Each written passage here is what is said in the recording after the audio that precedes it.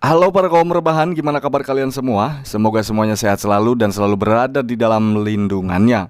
Kembali lagi di channelnya Tuyul Online TV. Dan seperti biasa kita akan mereview film-film yang pastinya sangat keren banget. Di video kali ini kita akan mereview film yang berjudul Act of Vengeance. Film ini dirilis pada tahun 2017. Film ini juga mengisahkan tentang seorang ayah yang membalaskan dendamnya atas kematian istri dan juga anaknya. Oke, daripada berlama-lama, mendingan kita langsung masuk saja ke alurnya. Film diawali dengan adegan di mana seorang pria memasuki sebuah kedai makanan. Si pelayan pun bertanya mau pesan apa, namun pria ini hanya diam saja. Pria ini punya kelebihan, yaitu bisa mendengar dengan jelas suara-suara kecil yang berada di sekelilingnya. Lalu kemudian dia pun pergi ke dapur dan mengunci pintu dapur itu. Lalu dia pun menghajar salah satu koki yang berada di sana.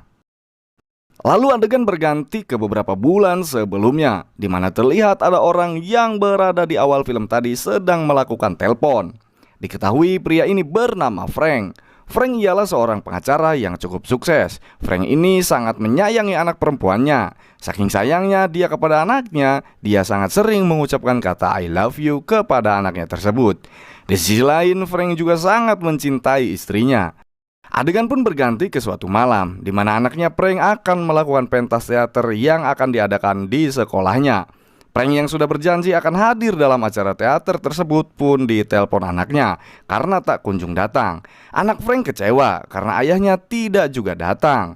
Di sisi lain, ketika Frank akan pergi ke teater, dia didatangi oleh seseorang. Orang tersebut ialah kliennya. Setelah selesai mengurus kliennya, Frank pun akhirnya tiba di teater sekolah untuk menyaksikan pentas anaknya. Namun ketika Frank tiba di sana, acara teater pun sudah selesai. Di sana Frank mencari anak dan istrinya, namun dia tidak menemukannya. Kemudian dia pun segera bergegas pulang ke rumahnya, karena Frank menganggap istri dan anaknya sudah pulang duluan. Tak lama kemudian, Frank pun sampai di rumahnya, namun dia tidak menemukan anak dan juga istrinya. Frank pun mencoba menelpon istrinya, tapi tidak ada jawaban sama sekali. Jam pun menunjukkan pukul jam 12 malam. Istri dan anaknya pun tak kunjung pulang. Frank merasa sangat khawatir kepada anak dan istrinya. Lalu tak lama datanglah mobil polisi ke rumah Frank. Polisi tersebut pun mengajak Frank ke suatu tempat. Setibanya di tempat yang dituju, Frank sangat syok melihat anak dan istrinya yang sudah tidak bernyawa lagi. Kedua mayat itu ditemukan di sebuah selokan.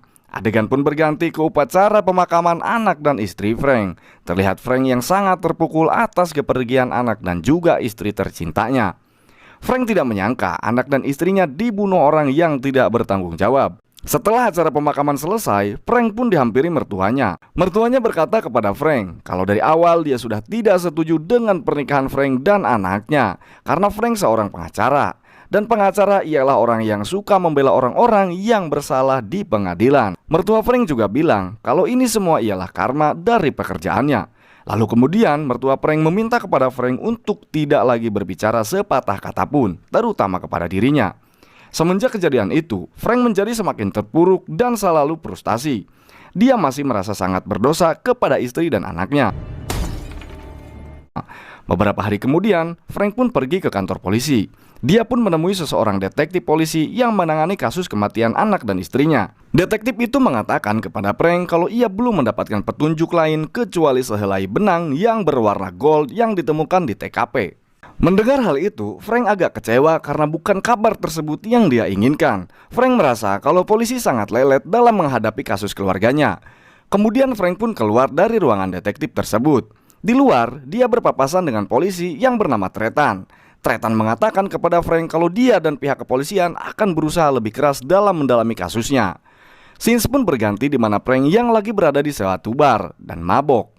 Semenjak kejadian yang menimpa keluarga Frank dan polisi tidak becus menangani masalah tersebut, Frank merasa frustasi dan hari-harinya pun hanya diisi oleh kegiatan mabuk gila tuh. Di situ Frank pun tidak sengaja menemukan tempat pertarungan ilegal di belakang bar tersebut. Frank yang mabuk tidak terkendali, dia pun menantang salah satu petarung yang berada di situ. Kemudian Frank pun bertarung dan akhirnya dia pun babak belur. Keesokan harinya, Frank pun datang lagi ke tempat pertarungan tersebut. Dan seperti biasa, dia kalah lagi dan lagi. Hal tersebut terjadi setiap hari. Berangkat ke tempat gulat, pulangnya babak belur. Semua itu dia lakukan hanya untuk menghilangkan rasa stresnya. Sampai di suatu hari, Frank dipukuli habis-habisan oleh salah satu petarung di sana hingga hampir meninggoy. Beruntungnya pada saat itu ada seseorang yang menolongnya. Ternyata orang yang menolong Frank ialah Tretan, polisi yang pernah berpapasan ketika di kantor dengan Frank. Adegan pun berganti ke Tretan dan Frank yang sedang ngopi di suatu kafe. Tretan berkata kalau Frank harus segera menerima kenyataan yang ada dan kembali hidup normal. Tujuan Tretan bertemu dengan Frank ialah untuk mengatakan kalau penyelidikan kasus pembunuhan anak dan istrinya telah dihentikan oleh polisi dikarenakan polisi tidak bisa menemukan petunjuk dalam kasus tersebut. Mendengar hal itu, Frank pun emosi dan merasa sangat kecewa kepada pihak polisi. Tretan pun bilang kalau dia akan berusaha kembali membujuk atasannya supaya kasusnya dilanjutkan kembali. Kemudian Frank pun pulang. Dalam perjalanannya, dia digoda oleh seorang gadis penjual sorabi Bandung. Di sini Frank merasa iba karena gadis tersebut masih relatif sangat bocil. Frank pun menyuruh dia untuk segera pulang saja, jangan melakukan pekerjaan hina lagi. Lalu tak lama datang seorang pria yang mengajak gadis tersebut beranjak pergi. Frank yang merasa iba, dia pun mencoba mencegah pria tersebut. Pria itu tak terima dan mereka pun berkelahi. Di dalam perkelahian, gadis itu malah membantu pria tadi dengan cara menusuk paha Frank hingga Frank pun terlempar ke dalam suatu toko buku. Kemudian suara sirine polisi pun berbunyi. Frank yang merasa takut, dia pun menutupi lukanya dengan buku yang ada di toko tersebut dan bersembunyi. Ketika dia bersembunyi, dia tidak sengaja membaca buku yang dipakai menutup luka di pahanya. Buku itu tentang penyembuhan mental. Frank pun tertarik dengan buku tersebut dan selalu membacanya setiap hari. Karena buku itu, Frank akhirnya pelan-pelan merubah hidupnya. Yang tadinya hanya bermabuk-mabukan, sekarang dia mulai kembali rajin berolahraga dan memulai pola hidup sehat. Bahkan buku tersebut mengubah karakter Frank yang tadinya banyak bicara menjadi diam dan tidak akan mau berbicara kepada siapapun, sesuai dengan apa yang diucapkan mertuanya waktu di pemakaman. Dari sinilah Frank berjanji akan mencari pembunuh anak dan istrinya dan akan membalaskan dendamnya. Adegan pun berganti ke Frank di mana dia mendatangi tempat di mana istri dan anaknya ditemukan. Di sini pun terlihat Frank yang tidak bicara menjadi punya kepekaan terhadap pendengarannya. Frank bisa mendengar suara dari jauh meskipun itu pelan. Lalu kemudian Frank yang masuk ke dalam kontainer yang seperti rumah. Dari situ dia memiliki keyakinan kalau orang yang punya rumah ini pasti tahu dengan kejadian pembunuhan anak dan istrinya. Frank juga sempat memotret isi rumah tersebut. Kemudian Frank pun bergegas pulang. Saat mau naik mobil, dia melihat beberapa preman yang akan mencuri mobilnya. Salah satu dari preman itu meminta kunci mobil kepada Frank, tapi Frank tidak menjawabnya. Preman yang kesal, mereka pun melepaskan anjingnya untuk menyerang Frank. Namun anjing tersebut malah diam saja tidak mau menyerang Frank. Lalu perkelahian pun tidak bisa terelakkan.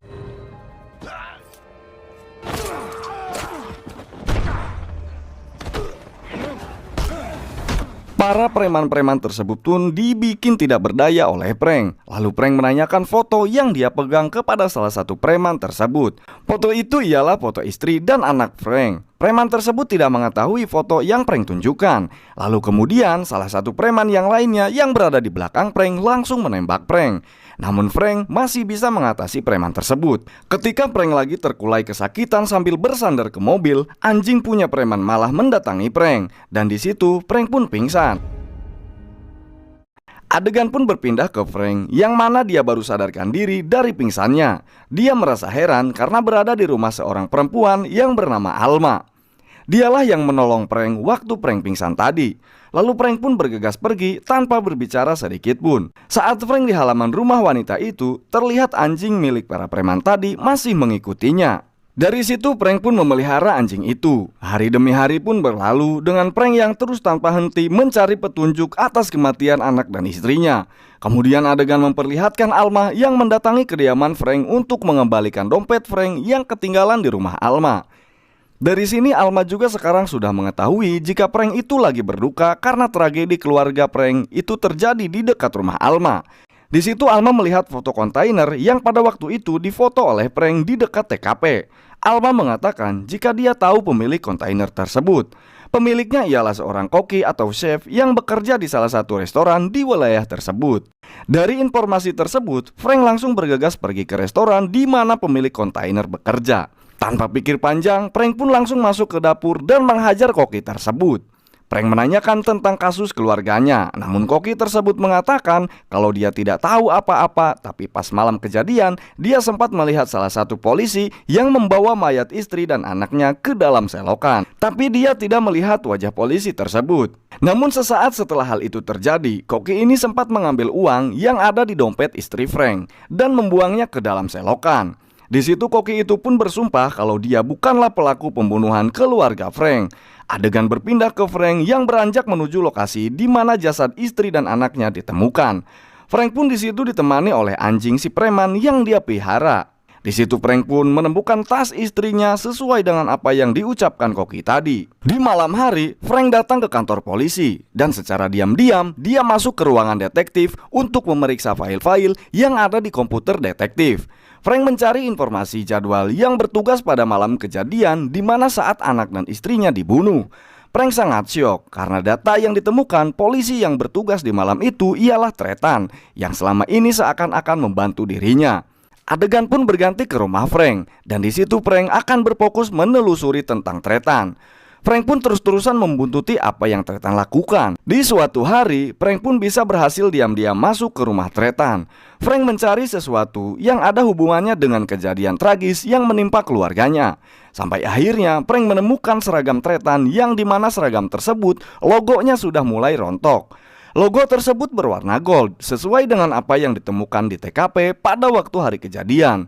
Frank pun meneruskan pencariannya sampai Frank menemukan koper yang berisi informasi tentang dirinya.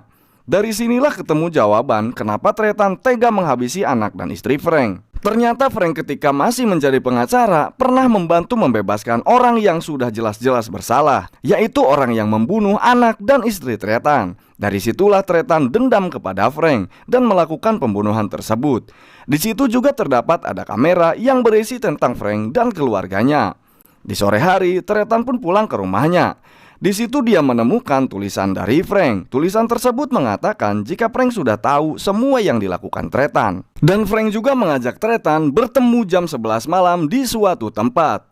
Malam pun tiba dan mereka berdua pun bertemu di tempat yang sudah disepakati. Tanpa basa-basi lagi, Tretan langsung menembak Frank, namun Frank berhasil menghindar. Frank pun bersembunyi dan ketika Tretan lengah, Frank berhasil menjatuhkan senjata Tretan dan mereka berdua pun berkelahi. Terlihat di dalam perkelahian, Frank berhasil memojokkan Tretan.